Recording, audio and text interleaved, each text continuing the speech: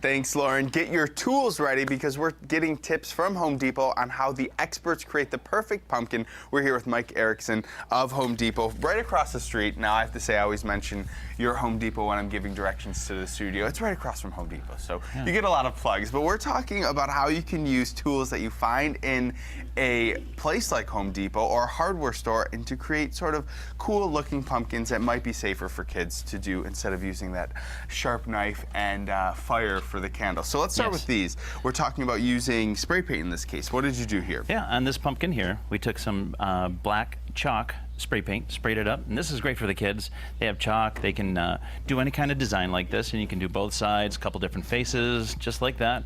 And then when you get tired of it, you can just rinse it off, sponge it off, start over again, get the chalk out. And I think that's absolutely wonderful because, you know, a lot of kids might not be very decisive and might mess up a couple times, and there's no pressure. When you're carving a traditional pumpkin, if you carve it, one chance. One chance, so that's awesome.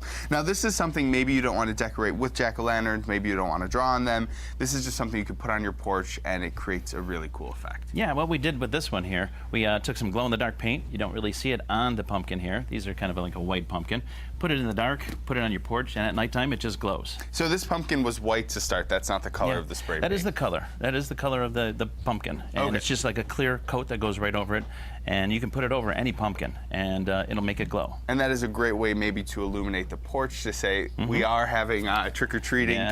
We're welcoming you. Come and get some candy. Now, the other two might be a little interesting for some people because these are not real pumpkins, and this is something you can do that will last past the season. Yeah. These are foam pumpkins, and what you can do, they act and kind of look like a real pumpkin without the mess, and they don't rot, so you can use them year for year. You can take picks, put them right in it, just like a pumpkin. Also, you can carve them out, like we did with this one here. And we took this one here. We took some LED lights, took a little drill, drilled some holes, filled them with the LED lights, and they're battery operated. Can I, let's get a shot of the inside so you can kind of see how that was done, because that's pretty intense in there. Yeah, it's a whole spaghetti of wires in there, but you don't see them, so. And you did a lot of work on this one, so the foam pumpkin is kind of ideal for this because you don't want to do that work every single year. Correct. All right, now if you don't have kids and you want to do something that's a little bit more intense, you created this for pumpkin using a Dremel. Yes, that's what we did right here.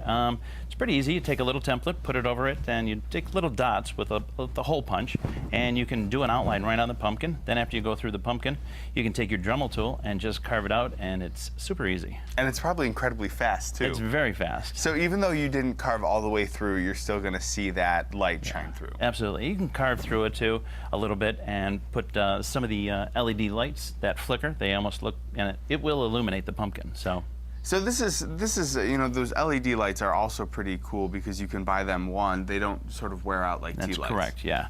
And as I said, you can use them for multiple occasions. All right, well, we kind of covered the cool, different pumpkins, but you do have a bunch of tools right here in front of us that can be used when you're carving your traditional pumpkin. Can you break these down for me? Sure. We have, right up here in front, we have a battery-operated little tiny saw made for little hands in that, with adult supervision, of course. Inside the books, there's templates that you can actually do some of the pumpkins, and you see the scary faces on there. And then we move over, we have just a regular carving kit. It comes with a knife, a hole punch, and a scoop to get all the goods out. And they also have templates that come with them. And I like that you mentioned that these tools are good for kids with little hands. Is that key in making something that is a little bit dangerous, because you are using a knife, a little bit safer? Yes, it is. It's a small serrated knife, not with a straight sharp edge where they can do some damage. So, but absolutely adult supervision. And the hardest part of carving that pumpkin, of course, is getting that top off. Do you have any tips for parents that are maybe prepping the pumpkins to make this a little bit easier? Yeah, when you cut on the top, when you're doing the top, cut on an angle. This way, when you put the top back on, it's not going to fall through into the hole. So, because you want to keep a top on it. But other than that, just be careful. All right, Mike, thank you so much. Of course, from Home Depot, from spray paint to LED lights to a whole Dremel kit, we're definitely using things that you might not think of using on your pumpkin to decorate your porch. Great. Have a happy Halloween, and Thanks, I'm sure we're going to same. see some really neat pumpkins this year. But right now, we're going to change gears and head over to the kitchen.